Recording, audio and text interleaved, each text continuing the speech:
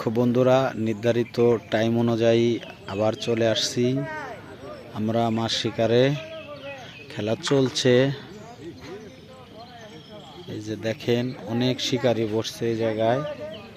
মাছে বসি কম খাচ্ছে, শিকারীরা চিল্লাচিল্লি করতেছে।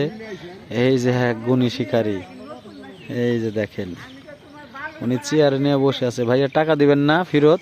হ্যাঁ দিব। মাছে তো খায় না ভাইয়া।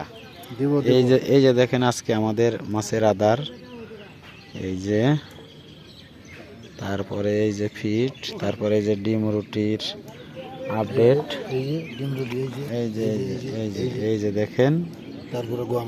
তারপরেও মাছে খাচ্ছে না, তাহলে কি করতে পারি? এই যে অবস্থা দেখেন। এই যে এক শিকারি দেখেন বসে থুরু করবে। হ্যাঁ, খেয়াল করে দেখেন বন্ধুরা। হ্যাঁ, এই যে শিকারি।